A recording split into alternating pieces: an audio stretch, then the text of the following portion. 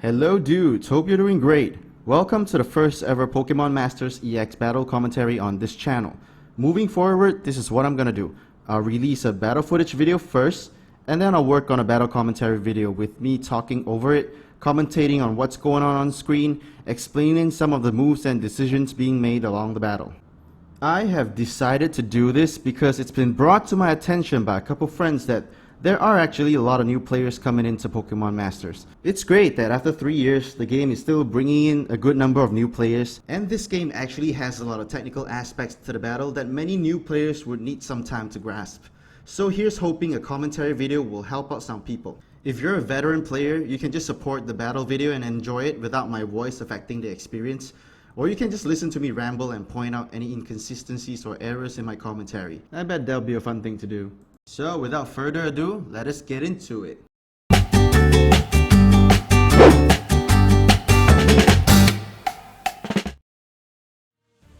We start off with the Champion Stadium Master Mode this week. Master Mode videos are always packed with technicalities because of its difficulty and the involvement of Master Mode options. My usual philosophy in Master Mode is that I want to make the enemy as frail as possible, so I don't give them any defense or HP buffs at all. The downside to this is that they'll be hitting very hard though, but if you can end the battle before the enemy uses their first sync move, you'll be fine. That's why most of my Master Mode battles are quick, lasting around like 2 to 3 minutes per battle. There are exceptions to this though, where you want to stall the enemy out, like for example Koga and Eridos from the Johto Champion Stadium, but that's rare, and we'll get to that when it comes around. This round I picked Gladion as DPS against Lance. Lance is weak to Steel this week. I have Superpowered 3 on Gladion, and that works on his sync move as well. It's a perfect lucky skill for Gladion because he's one sync pair that always hits super effectively. He has two fantastic support here in Palentine, Marnie and Hop. Marnie fired off Steel Zone immediately at the start of the battle because of the parameter this round, which is field effects lasting indefinitely, which means Steel Zone doesn't go away and last until the end of the match. Gladion fires off the first sync move here. If you have an EX support here, generally you'd want to sync with your EX support first to get the double EX boost. Since we don't have any, we'll go ahead with Silvally. Gigalith is taken out and we switch our attention to Aerodactyl in the middle.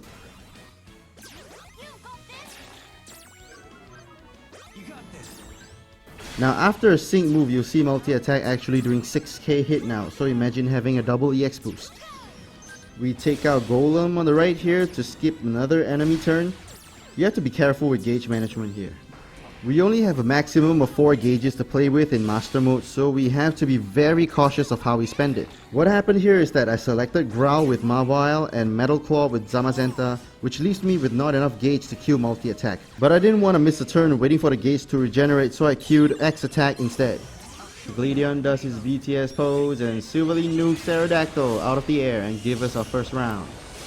One of the easier battles this week, to be honest. Only the strong survive.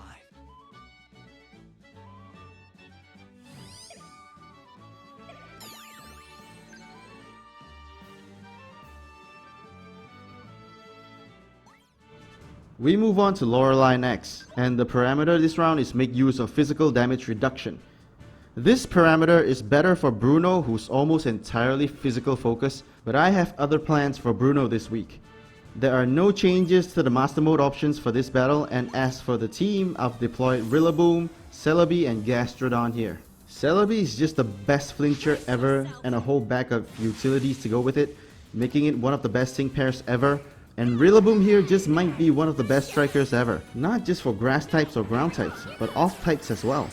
I know there are a lot of sync pairs out there that does much higher DPS than Rillaboom, but I'd say he might just be one of the best because of his piercing blow passive. This actually makes him a high attack sync pair who has 2 AoE nukes and ignores gimmicks. Rillaboom would undermine most of the content in Pokemon Masters currently and is such an asset in Legendary Gauntlet. He has a very good speed stat also to circumvent his high gauge usage, but you should still keep that in mind in team building to give him some sort of speed up or move gauge acceleration so that you'll have a much better time with gauge management. Cynthia and Lyra uses their trainer move and their job is almost done. This is a simple battle. All that's left for them to do is to sit back, relax and watch the Rillaboom show.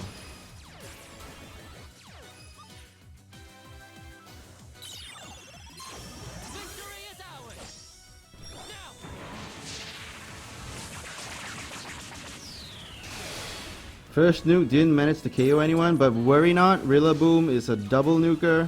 He still has a solo drum performance.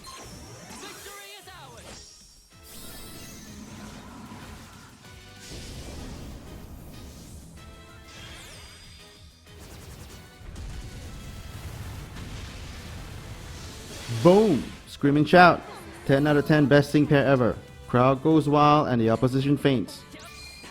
Take a bow. Second round is ours.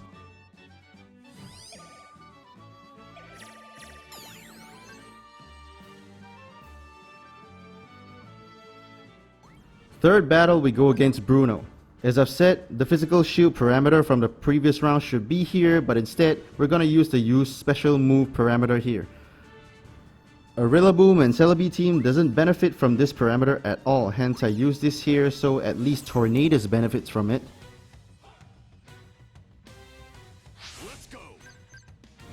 Now Nate is a forgotten fan favorite. He's just a terrible sync pair on paper, but weirdly enough, he always gets the job done one way or another.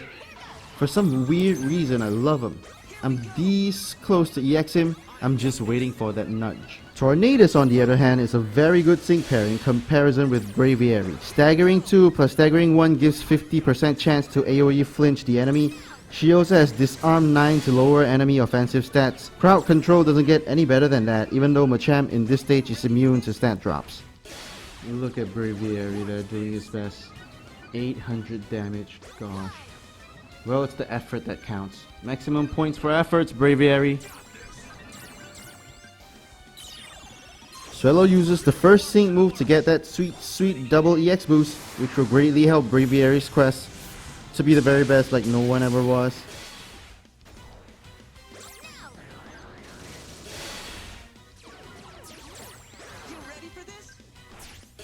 Now that's a significant damage boost. Isn't much, but it's something. Tornadus lays down the bird zone for another layer of damage boost.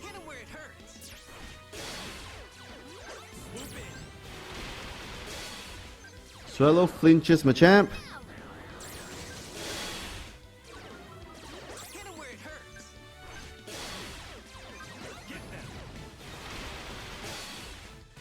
And Braviary cues in a sync move. Nice, nice. With a bit of luck, Ariados hits itself in confusion to keep the accidental no damage received challenge intact. An awesome opportunity. Let's go.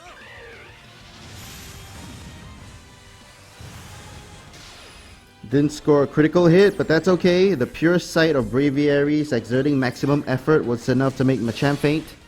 Tornadus KOs Ariados and flinches Pinsir for the final time, leaving it with a slither of health for Braviary to score the KO. And there it is, Braviary triumph once again, maximum effort. Like I said, Braviary gets the job done. We didn't aim for it, but we did a 0 damage run against Bruno, a testament to how good Tornadus is as a crowd control. Next we move on to Agatha. We need the no status option released here for freeze purposes, so we'll take defense and special defense up 1 instead for this round. We talked about crowd control in the previous battle, and I wish we can have that kind of options with the ice types in Pokemon Masters. You'll see why in this battle particularly. It's important that I have the use move with additional effects parameter in this battle to increase the chances of freeze status to land. Otherwise this team would have a much harder time clearing this stage. We have my new favorite Froslass here leading the charge. Glalie gets some screen time due to her impending promotion. I have Glacia at 20/20 just waiting for Pokemon Masters Day. Vanilluxe as a support here is a given, being the best ice type support for Hail team. It's okay that Vanilluxe doesn't buff critical hit rate because most ice type striker brings their own dire hit. Now, here's where it gets technical. All 3 sync pairs here are controllers.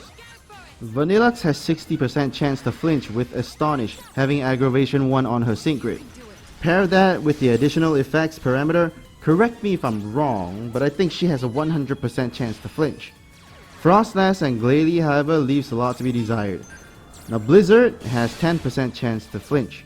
With Hostile Environment, that's a boost up to 20%, and if you didn't know, for an AoE move, That chance is split up just like the damage of a regular AoE move. That gives Blizzard only a 6.67 chance to freeze. Even with the use additional effects parameter, that becomes 13.33 chance to freeze, which is not ideal at all.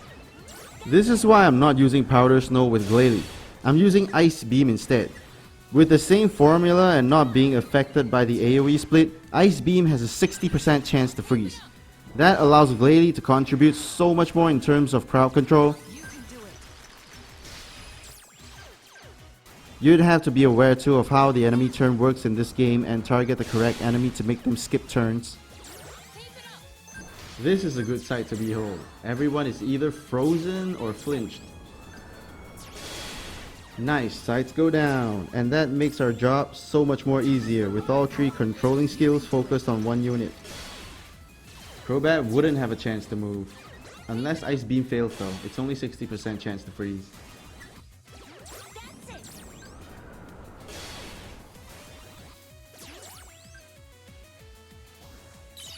Vanilluxe will be casting every sync move to keep heal up. That's the one thing I don't like about this play.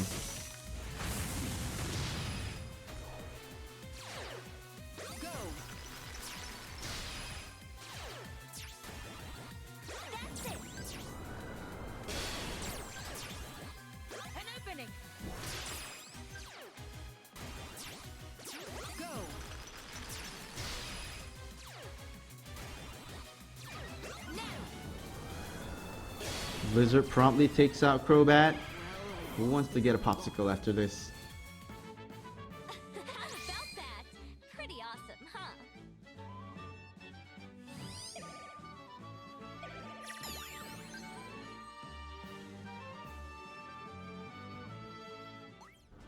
And that brings us to the last match, which is one that gives me the most headache this week. I'll be using the Infinite Field Effects parameter in conjunction with the Special Shield parameter. We'd activate the No Status Condition option back on because it's not relevant here. It doesn't affect flinch from triggering. Now, I have a headache here because I realized I don't scout much for rock types. And I don't have Diancie yet, so I don't have much rock type options. I've tried putting Olivia here, but Lycanroc just trivialized the entire battle. And I wanted to prolong the battle a little bit to see how effective is the residual damage from Stealth Rock and Sandstorm. So in the end I went with Grant and Aurorus in the DPS slot to score some flinches. Yamper buffs attack and critical hit rate and gives defense down, which is really good here. You'll need some luck here for MPR to trigger on Sonia's trainer move, but if it doesn't, a couple resets should do the trick. Hippowdon lays down Stealth Rock and Sandstorm and traps everyone to compile residual damage.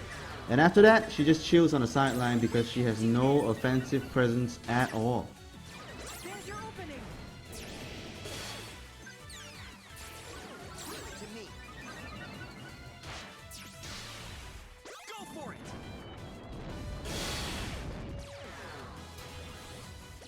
We can do this! There's your opening.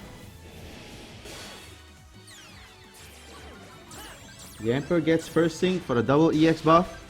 We'll need every bit of damage buff we can get. Don't blink or you'll miss it! Come on!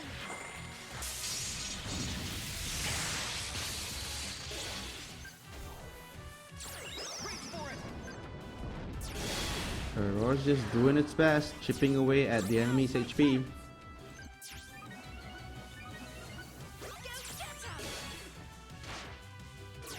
it to me. Reach for it.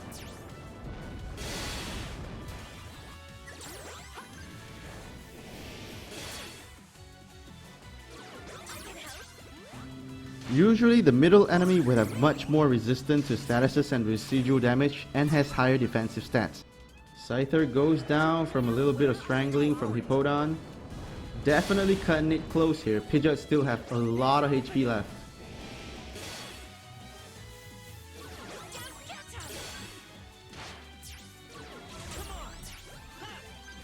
Okay, Pidgeot isn't flinch and I know Aurora's sync move is not gonna KO. So quad cast is very crucial here. Literally the difference between a victory and a wipe. So I really had to focus here and get the Rock Slide in before Pidgeot casts a sync move. Boing! And there we got it. And there you see an example of quad casting. It's a really small window, but if you're accurate enough, you can Q your move before the enemy Q theirs. And there it is, we got the win. Headache over. And that is it for this week's Champion Stadium Master Mode with battle commentary. It's a new kind of video that I'm experimenting on. I'll try to do this consistently as long as it doesn't clash with work. Let me know what you think of this kind of content. Does it help? Does it not? Or you prefer more information being relayed in a video? Or you have a certain topic that you'd just like me to cover? Let me know in the comments. And that brings us to the end of this video. I thank you very much for tuning in. Hope you enjoyed the video. You guys take care, and I'll see you guys in the next one. Bye guys.